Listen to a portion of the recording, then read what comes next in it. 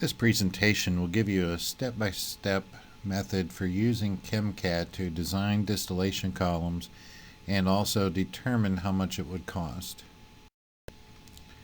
Before we begin, we're going to select a shortcut column to give us a preliminary design numbers to use. And this is found under the palette under shortcut, and this is what we'll be adding to our spreadsheet with the ChemCAD. Now we're ready to put in the inputs to our distillation column, and first we want to make sure that our units are correct, and you can do this by looking under the format and engineering units so that you can define the feed stream, which is stream number 1 in this diagram, to make sure that they are consistent with what you have. In this case, my feed to the distillation column has no preheater, and so it's coming in at 25 degrees Celsius. Its pressure is 1.2 atmospheres. By selecting our component unit in mole fractions, we can designate that we have ethanol coming in at 0.075 mole fraction and water at 0.925. And the total feed flow rate to the tower is 100 kilomoles per hour. The next step is to give information for the distillation column design. By double-clicking on the shortcut column, we come up with this menu. What we want to do is select the mode that we're going to operate. In this case, it's a design with a Fensky feed tray location. We input the column temperature at 1.2 atmospheres. And we also need to give it some idea of what reflux ratio we wish to use. And so a good place to start is the reflux ratio divided by the minimum reflux ratio. And in this case, if we go 1.2, we're always certain that we will have more than the minimum reflux ratio for this column. In the next area, we have to tell the column what the light key and heavy key components are. The light key in this case is the one that is most easily evaporated, which in our case is ethanol. And the heavy key component is the one that's least evaporated, in this case water. Then we have two variables, the light key split and the heavy key split. The split is defined as what fraction of that feed component ends in the distillate. In order to do this, we actually have to make a calculation using our material balance equation. And we can do this by finding out what our distillate flow is, D, by doing a material balance, one a total balance and one on a component, in this case ethanol. And we can find that our distillate flow is a function of our feed flow times the difference between the feed component mole fraction and the bottoms component mole fraction divided by the distillate component mole fraction minus the bottom component mole fraction. Using this definition, the light key split is the amount of ethanol exiting the column, which would be our distillate composition times the distillate flow, divided by what's fed. For a binary system such as this, the heavy key split can be determined by the mole fraction of water in the distillate, which is 1 minus the mole fraction of ethanol times the distillate flow D, divided by the mole fraction of water in the feed, which is 1 minus the mole fraction of ethanol in the feed, times the feed flow rate F. We can now run our column, and then double-clicking on the shortcut column, we can get the information about the column design. In this case, it tells us that the number of stages is 11.5. We also have the condenser duty and reboiler duty. Note that the condenser duty is negative because heat is removed, which is 1.27 megajoules per hour, and the reboiler duty is positive at 1.85 megajoules per hour. We also are given where the feed stage is located. In this case, it would be at stage 9 since we have an integer feed stage. And our minimum reflux ratio is calculated to be 3.7, and the reflux ratio using our R over R min of 1.2 specifies that our reflux ratio is 4.41. So in total, our column design would have 12 stages where we would feed in at stage 9. Now in ChemCAD, it counts the condenser and the reboiler as stages. So technically, we have a column with 10 trays and a condenser and a reboiler, and this would give us the basis for designing our column. But the shortcut column is not the true rigorous design element of ChemCAD. What we really want to do is use the tower model. The shortcut column is just used to give us a basis for the original design of this tower. So we would set up a tower column whose icon looks exactly like a shortcut column, so you need to be careful. And then we would have the same feed going into the column. By double-clicking on the model, we can then enter the variables into the ChemCAD menu. In this case, we'll have 12 total stages. That includes the reboiler and condenser, and our feed stage would be stage number 9. Now we go to our specifications tab, and this is where we tell the ChemCAD program how we want our column to operate. In our particular case, we're going to specify the mole fraction of ethanol coming out in the distillate for the condenser mode. And we can do this by selecting the drop-down menu to find distillate component mole fraction. We would then specify that it's 0.85 and the component is ethanol. Likewise, for the reboiler mode, we can specify bottom component mole fraction, specify that it's 0.025, and that component is ethanol. After running the tower model, we can double-click on the column icon and click on the Conversions tab to get the information found in the ChemCAD simulation using this new tower model. We can determine the condenser and reboiler duty. In this case, we have a condenser duty of minus 2889 kilojoules per second, reboiler duty of 3048 kilowatts. It also calculated a reflux ratio of 43.3, which is significantly higher than the reflux ratio calculated using the shortcut model. The reason that this difference is because the shortcut model uses various number of assumptions in those calculations, particularly the constant molar overflow assumption, which is not necessarily true. This is why we use the tower distillation column model so that we can get a more accurate picture of how this column will actually work. In order to find the size of our column, we can use the sizing report, which is found by clicking the sizing menu at the top of the screen, selecting distillation, and the first thing we're going to look at is the diameter of the trays inside this column. The next menu is to select what type of tray we're going to use. In our particular case, we will use a valve tray, and also select under the printout section a simple printout. Our next menu appears, and we will go with the default values for the trays.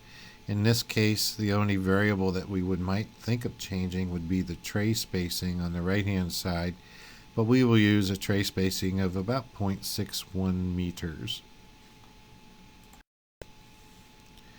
We now get this report that gives us the diameter for this tower. In this particular case, if we look down to the diameter of the section of the table, we will find that the maximum diameter going down from the top to the bottom is 1.22 meters, and this is what we will use for our column design. Now we wish to design our heat exchangers, which we can do by the sizing menu, selecting heat exchangers, and the type of heat exchangers we will be using in this problem are shell and tube. The first element we're going to design is our condenser, so we would select condenser from the heat exchanger type drop-down menu. We also are then given a menu asking us to enter what the utility stream would be. In this case, our utility stream is cold water. So we would put in the temperature of our cold water, which is 30 degrees Celsius, and the pressure we can assume to be 5 atmospheres. The flow rate we will select will be 1 kilomole per hour. However, ChemCAD will actually calculate this for us. After selecting OK, we get our next menu, and we have to determine how this is actually going to work. When you are condensing a vapor into a liquid, it is usually done on the shell side of a heat exchanger. So our process, which is our ethanol water stream, will be on the shell. We will then, on the utility side, which is our cold water, tell ChemCAD how we want it to calculate its flow. In this particular case, we want the outlet temperature of the cooling water leaving the condenser to be 45 degrees C. The next menu is the calculated value of our utility stream. As you can see from the utility end, which would be stream 9, our total flow in kilomoles per hour of cooling water would be 9,213 kilomoles per hour. Now we're going to look at how we're going to introduce the cooling water and the vapor into this condenser. And you may not understand the reasons for it right now, but a countercurrent heat exchanger is the most effective use of area, so we will select that as well.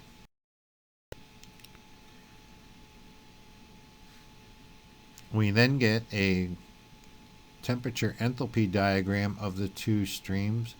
The shell side, which is our vapor that's being condensed, is approximately 83 degrees Celsius.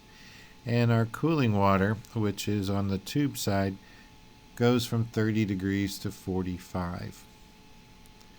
Now we're ready to do our design, and our general specifications menu asks us for some input. Under the calculation mode, we would select design from the drop-down menu. On the tube side, which is our cooling water, the process type is what we call sensible flow, and that's because we have a material going in and not changing phase, like our cooling water is coming in at 30 and leaving at 45. There's no phase change. On the shell side, we have horizontal condensation because our vapor leaving the column is being condensed. Our next menu is our design options, and for the most part we are going to use the default numbers given to us by ChemCAD. Under the tube specifications window, though, we will change one item, and that is the number of tube passes. We will use a value of 2 in this particular case, and we find that a 2 tube pass is quite often the most common condenser style that we have.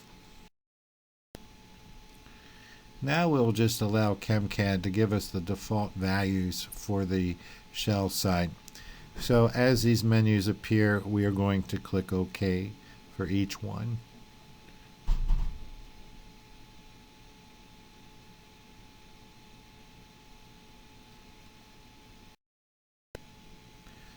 Our next menu will allow us to do the calculations for the size of it, and to do that we would just select the calculate button, and then we would get a menu telling us that in our particular case it took 309 iterations to converge on this heat exchanger design. The next menu we can tell it to allow us to view the results, and we want to look at a summary report. And then after the calculations are done, here's the data that we're most interested in. In this case, we want to know the area of the heat exchanger. In this particular case, it's 92.21. And in the lower left-hand column, we find that the area is specified in square meters. We also have a calculated value of our heat transfer coefficient, in this case 0.71 kilowatts per square meter degree K. And in our previous example, we were using a value of 0.6, and so that value is pretty close to the calculated value by ChemCAD. Now we're ready to design our reboiler. We would use our sizing menu, select the heat exchangers, and the type that we're going to use for our distillation column is the Kettle reboiler. And it's going to ask us for the utility stream. In this case, we're using steam at 4 bar of pressure. So we would put in under the pressure 3.95 atmospheres, and the vapor fraction is 1. That means that the steam is at its dew point temperature. We then would put in 1 for kilomoles per second for the water stream and allow ChemCAD to determine the actual flow rate for us.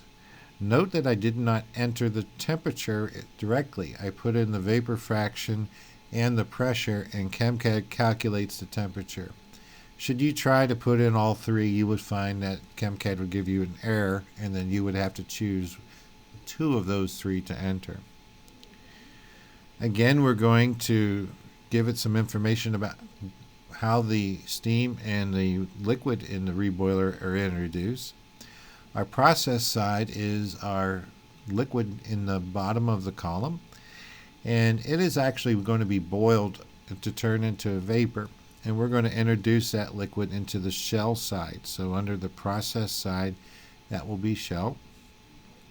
In the utility side, being steam, we will tell it that the outlet of the steam stream will have a vapor fraction of 0.0001, and that means that it's predominantly a liquid right at its bubble point.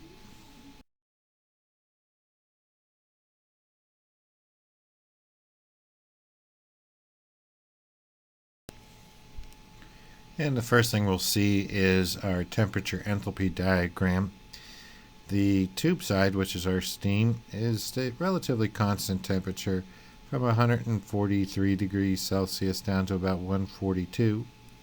And our process side in the reboiler shell, it ranges from a temperature of about 87 degrees C up to approximately 99 degrees C. Now we're ready to get into the design of the Kettle reboiler. Our calculation mode we will select as design. Under the shell type, we're going to tell that it is a Kettle reboiler, and so we would select that from the drop-down menu. The tube side is our steam, and inside those tubes we'll have horizontal condensation. The shell side is our liquid, and this is going to be pool boiling as the mechanism for this heat exchanger. We will then use the default values for the design options in this next menu. And again, with the tube specifications, we're going to do a 2-tube pass in this particular design. And then we'll also start accepting the default values ChemCAD gives for the shell specification. And again, under baffles, we will accept the default values. Same for the nozzles, clearance, material specification,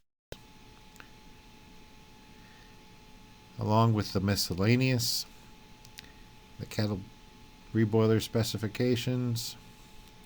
And then we'll ask us if we want to update the shell inlet nozzle diameter. We would say yes, yes. And we come up with the next menu where we can do the calculations. So we click calculate on this. It will tell us how many iterations it took to converge on an answer. Our next menu is to tell it to allow us to view the results of this. So we would click that button. And again, we want to look at the summary results, so we would click that value as well. And now we get our report. We find that our reboiler has an effective transfer area of 41.95 square meters. And we calculate that the value for the heat transfer coefficient is 1.72 kilowatts per square meter degree Kelvin. To determine the purchase price of our distillation tower, we can do this by double-clicking on the column and looking under the Cost Estimation 1 menu. The column type is a tray column, which we would select, and we would estimate the column height to be 8 meters based on the total number of 10 trays. And then we would select cost estimation 2. In this case, we put in for the condenser, it's a fixed head exchanger with a condenser area of 92.21 square meters. And we'll use a design pressure of 5 atmospheres and the installed factor of a value of 3. For the reboiler, we would select Kettle Reboiler, made out of carbon steel, and the area that we determined previously was 41.95 square meters. We'll use a design pressure of 5 and an installed factor of 3.